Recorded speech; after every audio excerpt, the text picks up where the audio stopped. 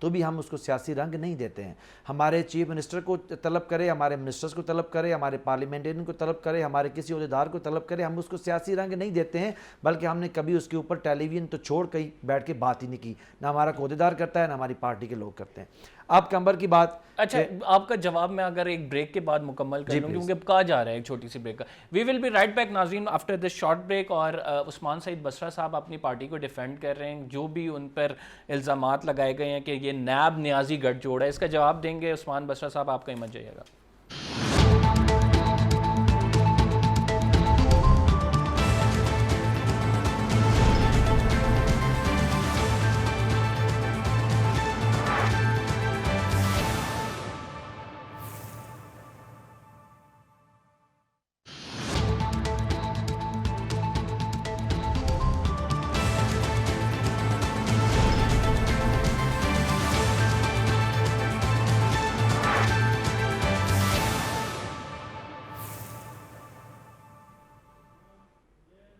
Welcome back ناظرین. اور شہباز شریف کی گرفتاری پر ہم گفتگو کر رہے تھے. بصرہ صاحب, آپ نیب نیازی گٹھ جوڑ جو کہا جاتا ہے اپوزیشن کی جانب سے, اس پر اپنا آرگیومنٹ دے رہے تھے, وہ جلدی سے کمپلیٹ کریں. پھر ڈاکٹر عفنان اللہ خان نے ہمیں جوائن کیا, ذرا پی ایم ایل این کا موقف جانتے ہیں اس تمام صورتحال پہ. اچھا, اب دیکھیے ایک اور بات میں آپ کی خدمت میں عرض کروں کہ یہ اصل میں کیونکہ ان کے اوپر جو کیسز ہیں سارے کے سارے وہ کرمنل نوعیت کے کیسز ہیں. اس کا جواب مسلم لیگ نون اور ان کی ریپرزنٹیشن کو اور ان تمام لوگوں کو اپنے لائرز کے ذریعے کورٹس میں دینا تھا. اب جو کورٹ آف لاء کے اندر کیسز ہیں وہاں پہ تو فیصلہ آج آپ کے سامنے آ گیا. آپ کو میں یہ جو اسپیسیفک کیس ہے شہباز شریف کا, جس کی آج ان کی ضمانت جو ہے وہ اس کو مسترد کیا گیا ہے, اس کے اندر آپ سب کو معلوم ہونا چاہیے کہ 90% ٹائم آرگومنٹ کا شہباز شریف ان کے وکلا نے لیا ہے. اس میں شہباز شریف نے خود بھی آرگومنٹ کیا ہے. یہ سارے آرگومنٹ جو ٹیلی ویژن کے اوپر یہ دینے کی کوشش کر رہے ہیں نا, یہ ان کو چاہیے وہاں پہ دیتے جہاں پہ ان کی ضمانت مسترد ہوئی ہے. میں آپ سے دوبارہ کہوں کہ ناقابل تردید شواہد موجود ہیں, لیکن ایک بڑی اس میں یہ جو تمام یہ جو ایک ٹولہ ہے سیاست کے اندر جو راہزنوں کے بیس میں چھپے ہوئے ہیں, سارے راہبنوں کے بیس میں راہزن چھپے ہوئے ہیں. اب آپ دیکھیے کہ ان سے سوال کیا جاتا ہے کہ آپ کی منی ٹریل دیجئے, ایسٹ بیونڈ دا مینز ہیں. یہ کہتے ہیں میں نے موٹر وے بنائی ہوئی ہے. ان سے کہا جاتا ہے حضور جی آپ نے جو ٹیٹیاں لگائی ہیں ان کے یہ شواہد ہیں, یا آپ کے بچوں نے پیسے فلاں کو بھیجے, فلاں فکٹیشیس اکاؤنٹ تھے, جعلی اکاؤنٹ تھے, اس کا جواب دیں کورٹ آف لاء کے اندر. یہ کہتے ہیں جی ہم نے بجلی پیدا کی ہے. ان سے کہا جاتا ہے کہ جناب آپ کے ملازموں کے اکاؤنٹ کے اندر جو کبھی بیرون ملک بھی نہیں گئے ہیں, آپ کے باہر سے ان کو اور وہ باہر بھیج رہے ہیں ارب روپے, یہ کہاں سے ہے, اس کا جواب دیں. تو یہ کہتے ہیں جناب دیکھیے نا میں وزیر اعلیٰ رہا ہوں. دیکھیے مسئلہ یہ ہے کہ یہ لوگوں کو آپ بیوقوف نہیں بنا سکتے. میں نے ایک ٹویٹ کیا ہے, محترمہ جو مریم صاحبہ ہیں, مریم صفدر روان صاحبہ, ان کی پریس کانفرنس سے تقریباً پونا گھنٹہ پہلے میں نے اس میں 8 پوائنٹ لکھے ہیں.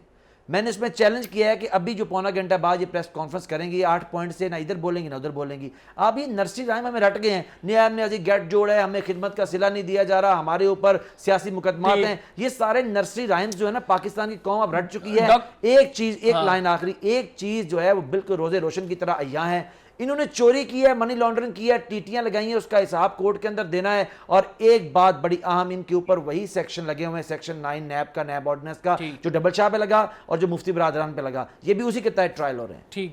Doctor Afnan, welcome to the show. سب سے پہلے یہ بتائیں کہ اس تمام معاملے کو آپ لوگوں نے سیاسی رنگ کیوں دے دیا, ایک اتنی بڑی پریس کانفرنس کر دی. اگر فیصلہ آیا آج باقاعدہ طور پہ مریم اورنگزیب صاحبہ نے کہا بھی کہ یہ جو گرفتاری ہے یہ نیب کی وجہ سے ہوئی ہے اور نیب نیازی گٹھ جوڑ ہے, جبکہ عدالتی حکم تھا, نیب نے تو اپنا مقدمہ عدالت میں پیش کیا ہے. آپ عدالت کو ملائن کر رہے ہیں یا پھر آپ وہ جو گرفتاری قانونی طور پہ ہوئی ہے اس کو ایک سیاسی رنگ دے رہے ہیں, سمجھ نہیں آ رہی ہے کچھ.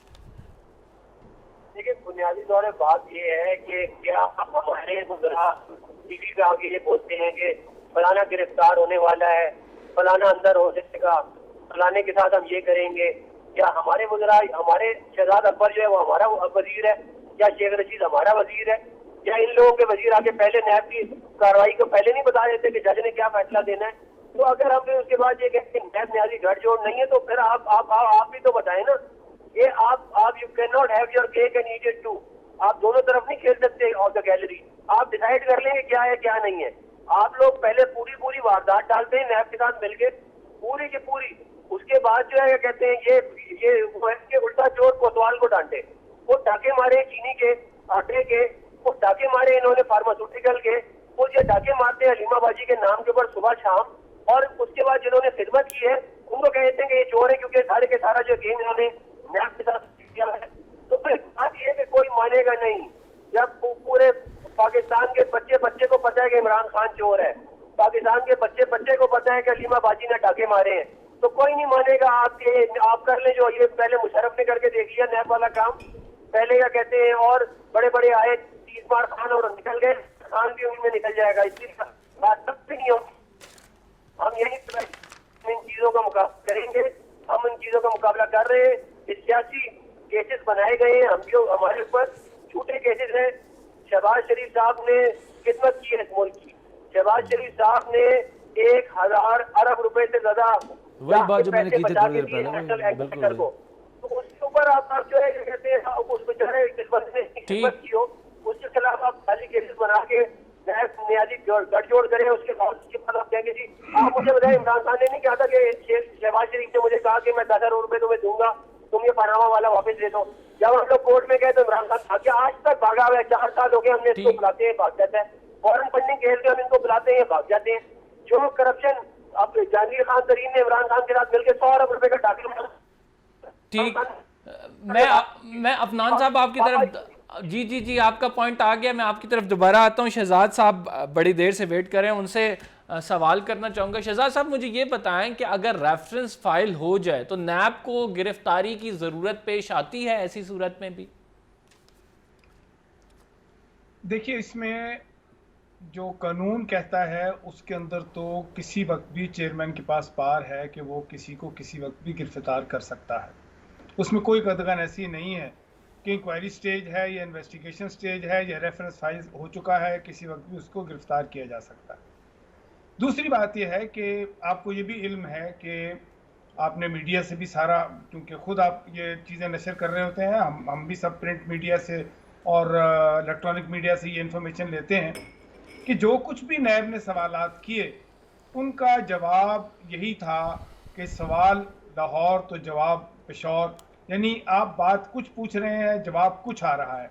آج تک جو بھی ایسٹس ہیں, جو بھی منی لانڈرنگ ہوئی ہے, اس کے متعلق جو بھی سوالات نیب نے کیے ہیں, اس کا ایک سوال کا بھی جواب تسلی بخش تو بڑی دور کی بات ہے اس کی سیدھ میں نہیں آیا.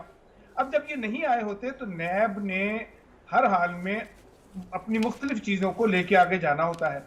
اریسٹ کرنے کی ضرورت اس لیے پیش آتی ہے کہ اگر کوئی چیز رہ گئی ہوئی ہے, کیونکہ دیکھیے آج وہ والی کرپشن پرانی نہیں ہے کہ جی کوئی اینٹی کرپشن ادارہ ہوتا تھا تو وہ رنگے ہاتھوں مجسٹریٹ کے سائن کیے ہوئے پیسے رشوت کے زمرے میں پکڑ لیتا تھا, رنگے ہاتھوں پکڑ لیا جی رشوت دیتے ہوئے. آج جو پیسے ہیں وہ اس طرح ملتے ہیں کمیشن کے کہ آپ کو بہت آف شور کمپنیز میں جا کے بہت ڈھونڈنا پڑتا ہے. آپ کے سامنے پاناما کے کیسز ہیں, بہت محنت کرنی پڑتی ہے, لوپ میں ڈالا جاتا ہے. اور اس کے اندر تو یہ واقعہ ہوا ہے کہ باہر پیسے گئے ہیں اور پھر ان کو واپس لا کے انویسٹمنٹ شو کیا گیا ہے. تو نیب کو بہرحال ضرورت پیش آتی ہے کہ اکیوز کو انویسٹیگیٹ کرے اور اتنا سفیشینٹ ٹائم ہو اس کے پاس کہ وہ انویسٹیگیٹ کر سکے. میں دوسری بات کروں گا, بڑی امپورٹنٹ ہے. کسی بھی صورت میں یہ ذہن میں رکھیے کہ جو بھی پولیٹیشین جن کے خلاف نیب یہ کرپشن کیسز بناتی ہے وہ یا تو پبلک آفس ہولڈر رہے ہوتے ہیں یا اس وقت پبلک آفس ہولڈر ہوتے ہیں. تو جب وہ پبلک آفس ہولڈر رہے ہوتے ہیں اور بڑی امپورٹنٹ جگہوں پہ رہے ہوتے ہیں تو ان کا انفلوئنس جو ہے وہ کسی وقت بھی ختم نہیں ہوتا, چاہے وہ گورنمنٹ میں ہوں یا گورنمنٹ سے باہر ہوں, انفلوئنس برقرار ہوتا ہے. تو یہ بڑا ضروری ہوتا ہے کہ اس انفلوئنس کو کم کیا جائے. یہ بھی ایک بڑی امپورٹنٹ سی بات ہے اور عدالتوں میں یہ سامنے نظر آیا ہے کہ وٹنسز نہیں آتی ہیں جو کہ پہلے نیب کے پاس آتی ہیں, اس کے بعد ان کو انفلوئنس کر لیا جاتا ہے اگر ایکیوز باہر ہو اور وہ انفلوئنشل ہو. اور دیکھیے انفلوئنس جو ہوتا ہے وہ 2 قسم کا ہے, ایک تو ان کی اپنی پار کا انفلوئنس ہوتا ہے, ایک پیسے کا انفلوئنس ہوتا ہے. دونوں چیزیں استعمال ہو سکتی ہیں. تو نیب کی کوشش یہ ہوتی ہے کہ جو وہ شخص ہے جو اکیوز ہے اس کو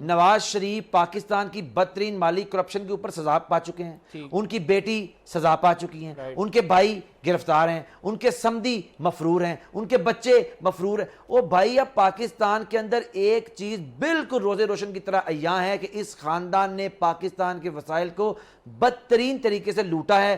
اور میں آپ کو بتاؤں, میں نے اس سارے کیس کو, میں جو اچھی بات کرنے والی لوگوں کو میں بتا دوں, میں نے اس سارے کیس کی فائل پڑھی ہوئی ہے, میں نے اس سارے کیس کی فائل پڑھی ہوئی ہے.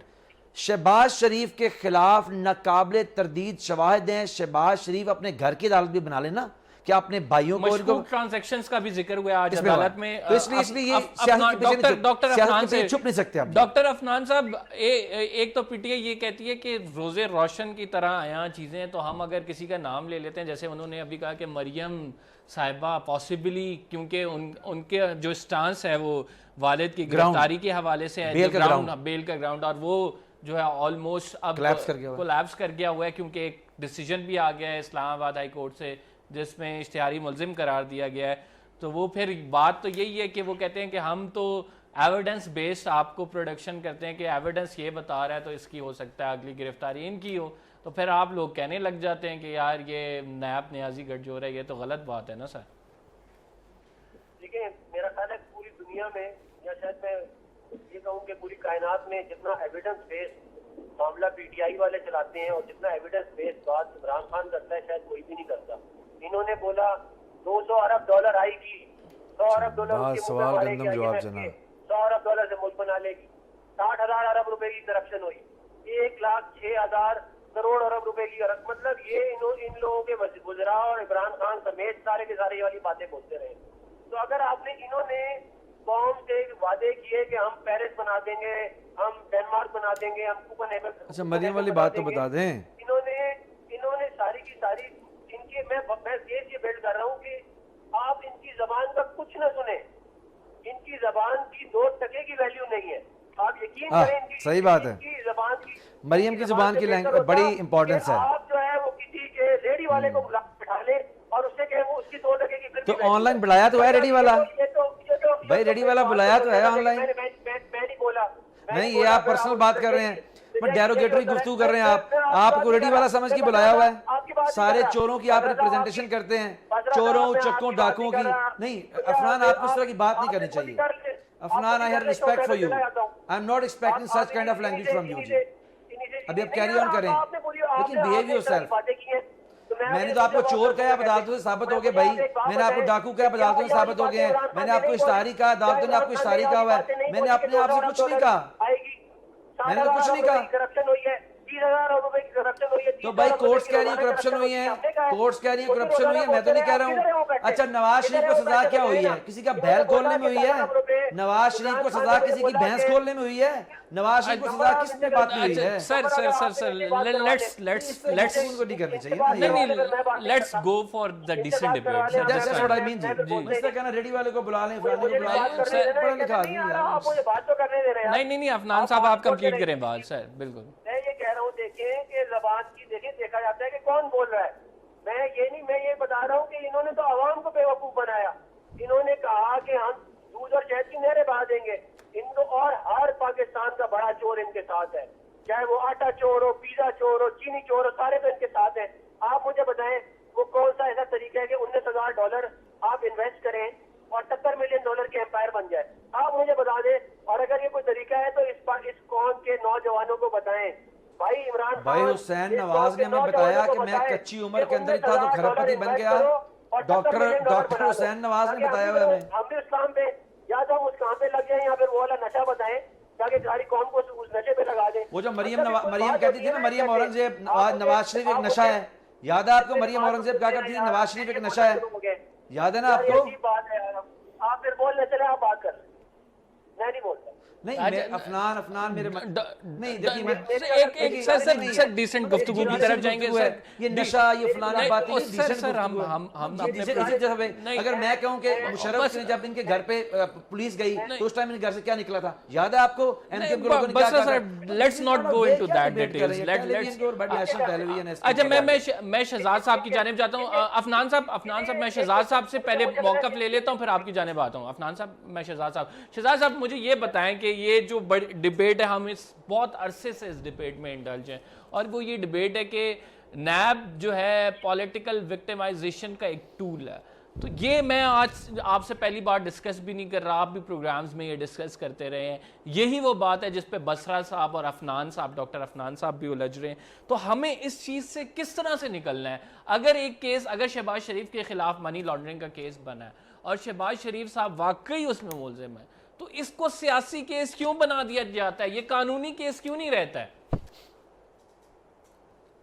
دیکھیے، سب سے پہلی بات تو یہ ہے کہ میرا خیال ہے کہ جی نیب کو ایک اپنا میڈیا سیل بہت سٹرونگ سا بنانا چاہیے، جو اس چیز کو پروجیکٹ کرے کہ کیس کب انیشیٹ ہوا اور کس کے دور حکومت میں بنا.